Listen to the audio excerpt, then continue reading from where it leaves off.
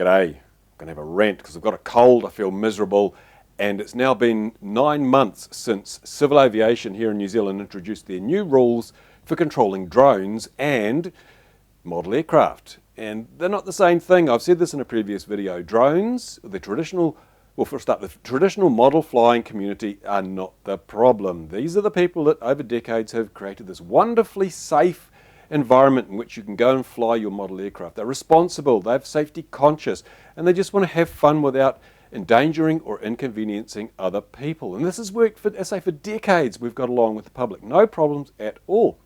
The problem has arisen now that we've got these new, very easy to fly drones that are GPS guided and have altitude hold and all sorts of things that can be flown with the aid of your smartphone or your tablet.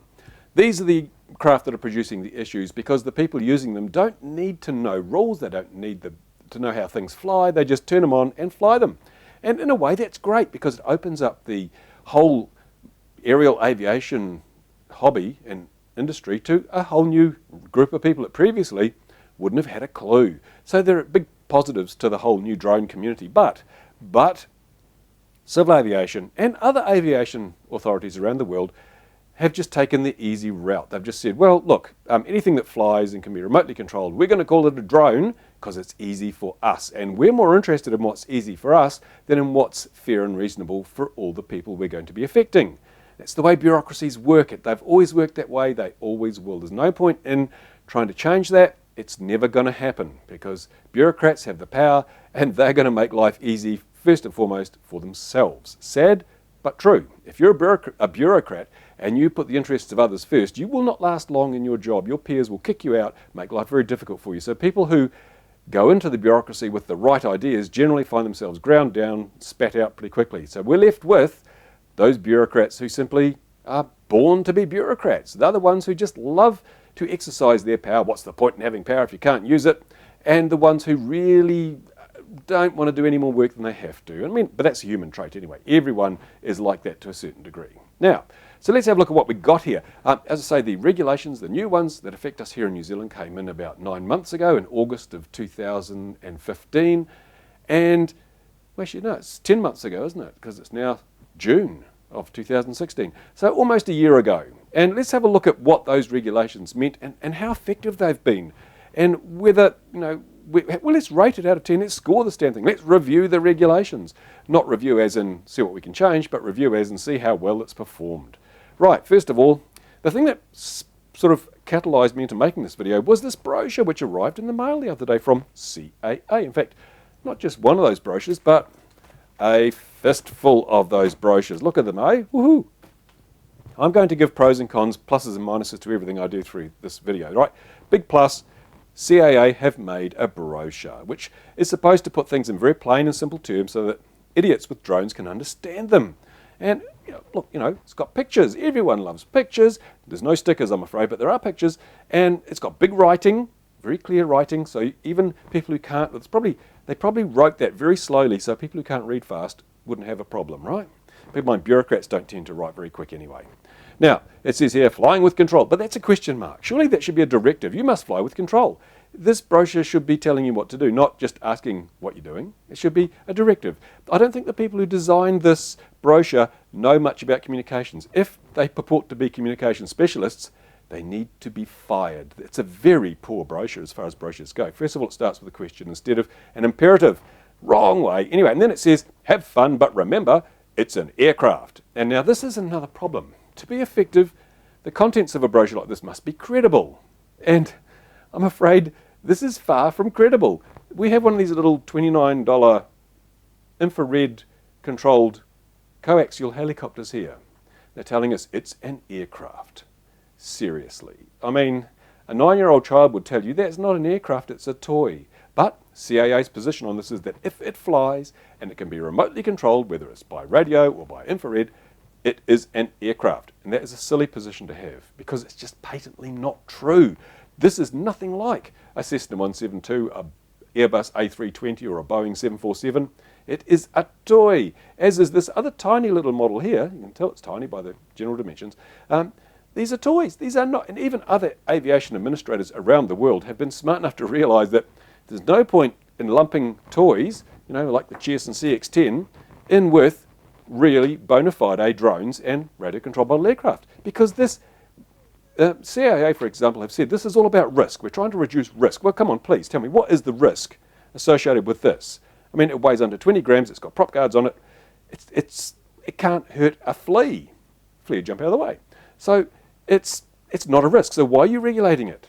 The only reason I can think of is because they can. And as I said, bureaucrats, what's the point in having power if you can't use it? They've decided, we've got the power to regulate these, let's do it. But they've just made so much work for themselves. There's no way this can be considered a risk to man nor beast. But they still have said all the rules that apply to these great big octocopters with red cameras hanging from them weighing 14.5 kilograms apply to this 20-gram monster. As I said, credibility down the bloody gurgler. And this is in the eyes, even in the eyes of a 9-year-old child, they're going to laugh at this. They're going to say, who's the silly old man that wrote this? And that's a good question that should be answered, actually. So there you go. Right from the first page of this brochure, we have an epic fail. I'd have to give that a 2 out of 10. 2 because it's a pretty orange. That's the only thing it's got going for it. But let's look a bit further. So here is the inside of this brochure, and it's got orange and green. Orange represents the rules or regulations, and green represents the exceptions to the rules or regulations. Now, do you see a problem here? I certainly do.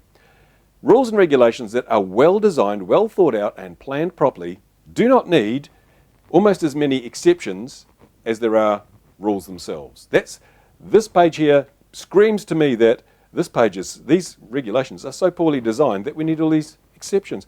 And it starts off with some really simple stuff like fly it only in, even the scanning of this. I mean, you should have do's and don'ts. This is what you can do, this is what you can't do. That's a much better way to structure a brochure like this. It seems like whoever designed this was trying to be so clever, they've actually tripped themselves up. And it doesn't make a lot of sense. It's not easy to understand what they're trying to get at. It says, you are flying safely and according to the rules under Part 101 when you fly it only in daylight. Well, fly what only in daylight? This doesn't make sense. I'll read it again. You are flying safely and according to the rules under Part 101 when you fly it only in daylight. Again, what? Fly what? This doesn't scan. This introductory paragraph should flow onto each of these bullet points. And it should make sense. It doesn't make sense. The person who wrote this, I don't think English was their first language, I'm afraid. It's bad. It's really bad. Remember, we're trying to reach people here who are not going to invest a lot of time and effort into this. If the information isn't freely and easily available, if it's not visible and comprehensible in the blink of an eye, it's going in the rubbish.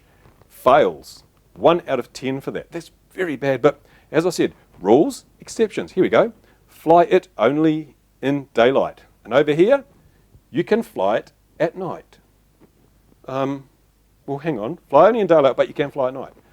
Oh, these are the kind of blatant sort of conflicts, paradoxes that turn up when you have really badly designed rules.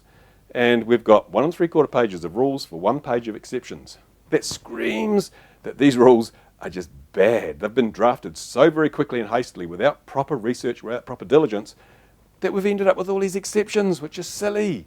And it's because CAA have tried to be too clever by far. Now, one of the things when you're a bureaucrat is you like to show people just how clever you are and why you deserve your high salary, your lots and lots of free coffee, biscuits and scones, and your taxpayer-provided vehicle. These are the things that you need to demonstrate on a regular basis so that you can continue enjoying your position of power and authority.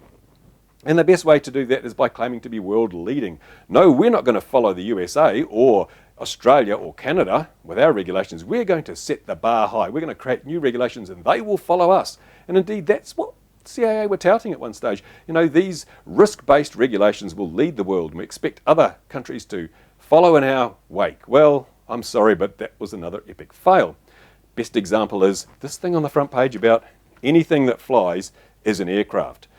In America, if it's under 250 grams, so this well and truly qualifies, they don't really care too much about it. You don't even have to register it because it's a damn toy. And they've acknowledged that the amount of risk posed by something like this just is not significant enough to warrant any form of real regulation. So under 250 grams, you don't have to register it, and they're pretty lax about what you can do with it. In Australia, they've gone even further. They've said if you've got a drone that's under 2 kilograms, as of September, you won't need to get it certified to do commercial work. You won't need, again, we're going to say the risks associated with a sub 2 kg drone are much less than with other drones. So we're going to acknowledge that in our regulations, make it easier for you to fly them. Here in New Zealand, believe it or not, This 20-gram CX-10 is subject to exactly the same rules, regulations and restrictions as a 14.9 kilogram octocopter with 16 ampere hours of batteries and 8 huge carbon props that can cleave your flesh from your bones in the blink of an eye. Apparently, according to CAA, the risk is the same. So I don't know what they're smoking at CAA, but obviously it's good stuff and we should all be getting some free because, wow, it certainly is a mind-altering substance.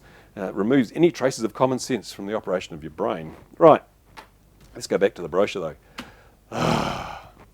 Having covered the issue of a cut-off point, I think 250 grams is a good cut-off point. CAA, you need to revise your regulations and say if it's under 250 grams, it is a toy. It may be a very capable toy. It may have a camera on it. It may be able to, do all sorts of cool stuff, but it's a toy. It's more than likely it's a little coaxial helicopter or a little toy drone, and it's not going to pose a threat to public safety. And CAA has to remember, it's not their purview to control things such as privacy or whether you're having fun or not. Their purview is simply to ensure that the airspace and those who exist below it are safe from other users of the airspace. There you go.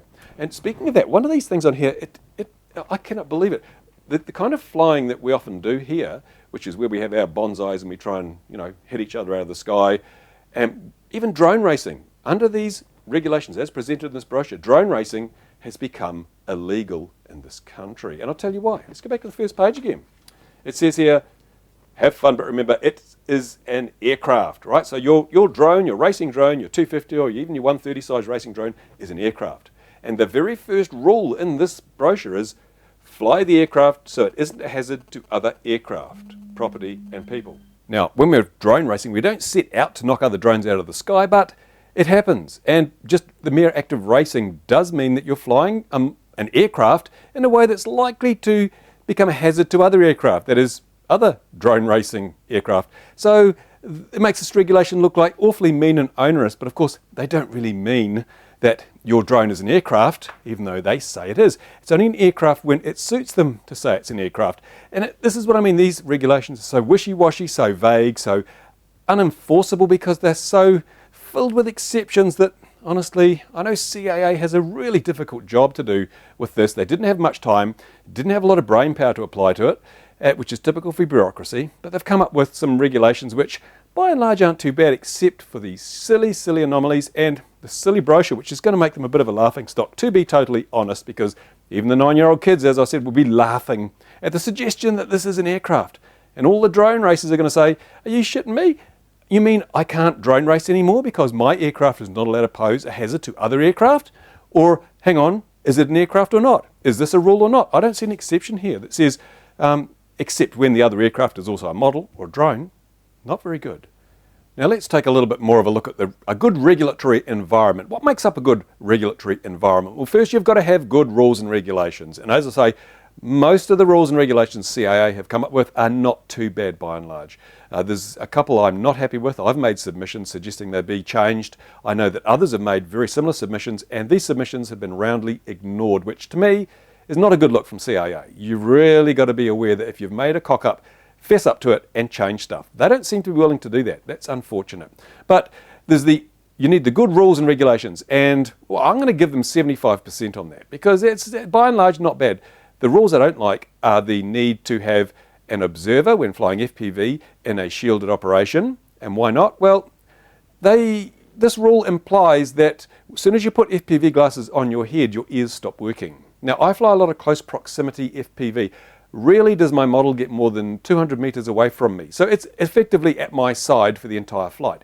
And when I have my FPV goggles on, my ears still work surprisingly well for an old fella. And here's an example of what happened just the other day when I was working here in the workshop making some videos. Take a look at this. Okay, now I could hear an airplane outside, and I was in my workshop, couldn't see a damn thing, of course, because inside the workshop, but I could hear a plane, and sure enough, there it is. Look, how far away is that?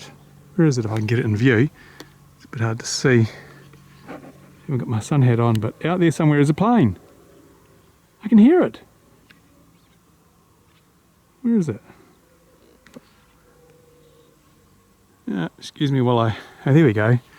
I can see it just up here somewhere. There's an aircraft up there. Can't actually see it through the viewfinder because it's so far away, but I can still hear the damn thing. So which is my more valuable sense when I'm flying FPV? Is it my sense of hearing or my sense of sight? Where has it gone now? So far away. I know it's over here somewhere. Oh, here we go. I saw a little glint. It's over here. There it is, look. So there you go, that aeroplane. I could hear that inside my workshop, right? Long before it became actually visible. And here it is here. So surely, if I'm not deaf, putting on a set of FPV glasses is not going to make me cut off from the world. It's not going to ruin my situational awareness, because I can still hear stuff. And if I hear a plane coming, I will land. It's simple as that. Now, as you can tell from that video, I could hear a plane coming long before I could even actually see the thing. By the time I had heard it coming, grabbed my camera, went outside the workshop door, the plane was closer, but it was still very hard to see, far away on the horizon. Look, most of that video was filmed at 17 times zoom, so that things looked a lot closer than they were. I could hardly see that with the naked eye, but I could hear it for several minutes beforehand, because aircraft are noisy devices. And if I'm flying close proximity in a shielded operation, I can hear any aircraft that's going to come within a kilometre of myself or my model. What's more, if I'm operating in a shielded environment, that is to say I'm flying between trees or near objects that are taller than I'm flying and within 100 metres of them, then in that case, there should be no full-size aircraft there anyway. So that rule sucks. It's crazy. There should be dispensation for the fact that when you're flying FPV, your ears still work, and as long as you're not flying hundreds of metres away, like 500-600 metres away, at the limit of visual line of sight, then you should be allowed to use your ears to detect oncoming aircraft, and therefore you shouldn't need an observer. So that rule needs to change, in my opinion. The other one is this silly rule where we need permission to fly over people's property. Now, I can get a PPL, a private pilot's license, or a microlight license, and I can fly over any piece of farmland in the country, more or less, with impunity. I don't need to get the farmer's permission. I don't need to get the permission of the local council to fly over parks and reserves that are around the districts. But under CAA's regulation, apparently I need permission before I can fly over any piece of land. With my Zealand CAA, that's right, the little 5-6-year-old kid gets one of these for their birthday. You go out into the countryside, you find a nice little park or reserve, and you think it's nice and safe. There's nobody around. We're miles from anywhere. There's no property to damage. But if the kid flies this without the permission, if the council has said or hasn't given permission to fly in that park or reserve, then there could be a huge fine levied for that. Why? Where's the risk? Come on. Apparently this aircraft can cause massive damage if you fly it over a grassy field in the middle of nowhere. So that rule has to change as well. CAA need to wise up and say, well, yeah, let's be serious. There's no risk involved in that. What can this possibly do to a grassy field miles from anywhere? Nothing. Absolutely nothing. So again, you're making yourselves look silly, CAA. Firstly, it is not an aircraft because it only weighs 20 grams. And secondly, it's too small to do any damage to any damn thing. So please credit us with some common sense. We'll take more respect or show more respect towards your rules. But let's get on. Regulatory environment involves good rules. Secondly, regulatory environment involves disseminating those rules or promulgating them, as it's called. That means letting people know the rules exist. Now, CAA has a fairly limited budget here. It hasn't done a very good job, though. Just earlier last week, someone was seen flying a drone in one of the local parks here. Now, that's prohibited by the council, which means they are in violation of CAA regulations. When spoken to, that person said, I didn't know that. I didn't know the council had regulations, and they also didn't know that they should be flying under 400 feet, that they should fly no higher than the nearest object within 100 metres, because they were flying within 4 kilometres of an airfield. They didn't know all those things. So CAA has failed to get the message out, failed poorly. And under the Act which governs CAA, they are required by law to promulgate their regulations effectively to the people they affect. They failed in that regard. Will they be censured? Will they be punished? Of course they won't. They're bureaucrats. They can do whatever the hell they like. If we break the regulations, we get our asses kicked for a month of Sundays. So it's a one-way street. They can do no wrong, we can do no right. But here's an example of what they're doing to try and improve the promulgation.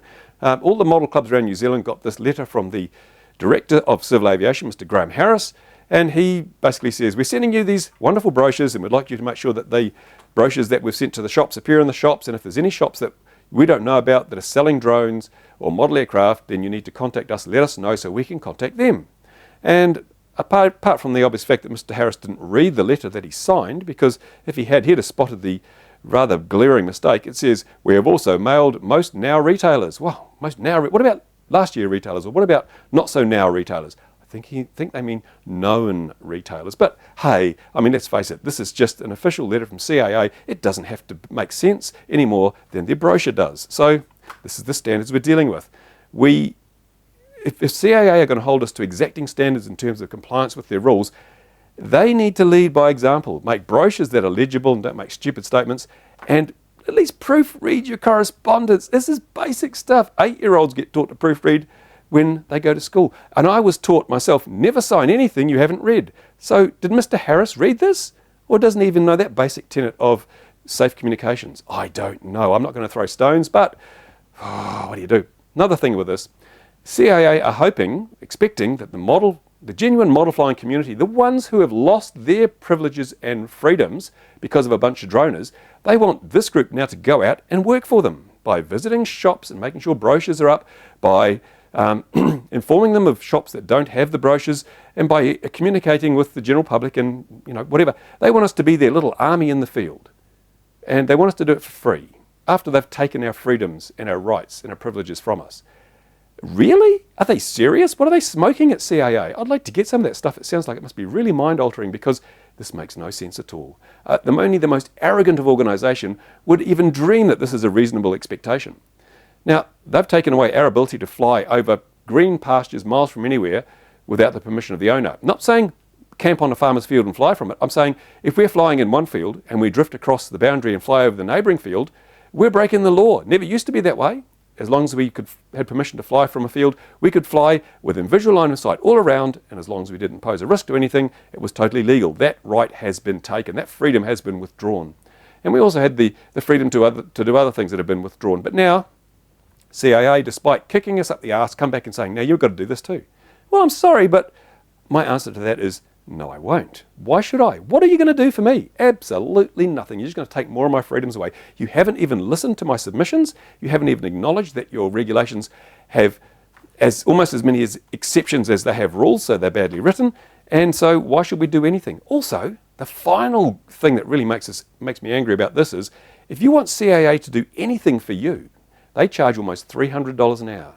But they want us to do all this stuff for them for free. What are they? It beggars belief that they would be so arrogant. Only a true bureaucrat could have this level of arrogance towards the people that they are supposed to be serving. It's a government organisation. These are public servants. Our taxes pay for these people to do job for us. They're not. All they're doing is taking our freedoms and expecting us to work for them for free while charging us $300 an hour to do the same for us. That is unacceptable. So the two of the three tenets of good regulation are good regulations, good promulgation. I'm sorry, they have failed on both counts there. Now, the third part of good regulation is reasonable enforcement. Now, it's no good having rules if nobody is held to account. If you break the rules and you get away with it, the rules are worthless. They're useless. No one will take any notice of them. Imagine if there were no speeding fines if you sped. Who is going to bother following the speed limit if there's no fines or no penalty for breaking that limit? Well, CAA have got no way to enforce these rules. They only have a very small number of people. So how are they going to possibly check every park and reserve and make sure everything's being done correctly and properly? They can't. And in fact, this shows up never more closely than when you look at the videos that get posted to YouTube. Now, tourists come to New Zealand from all over the world. They get off the plane with their drones. And here's a little article that the Daily Mail carried that says hundreds of thousands of Britons alone are going to take their drones with them when they go on an overseas holiday. And a lot of Britons come to New Zealand. And I'm sure Americans take their drones and Australians take their drones. A lot of people from around the world take drones with them now. It is the new way to get wonderful memories of your holiday. And when people get off the plane in New Zealand, or arriving in New Zealand, get off the plane with a drone in their luggage, are they given one of these brochures? No, they're not. Not as far as I'm aware.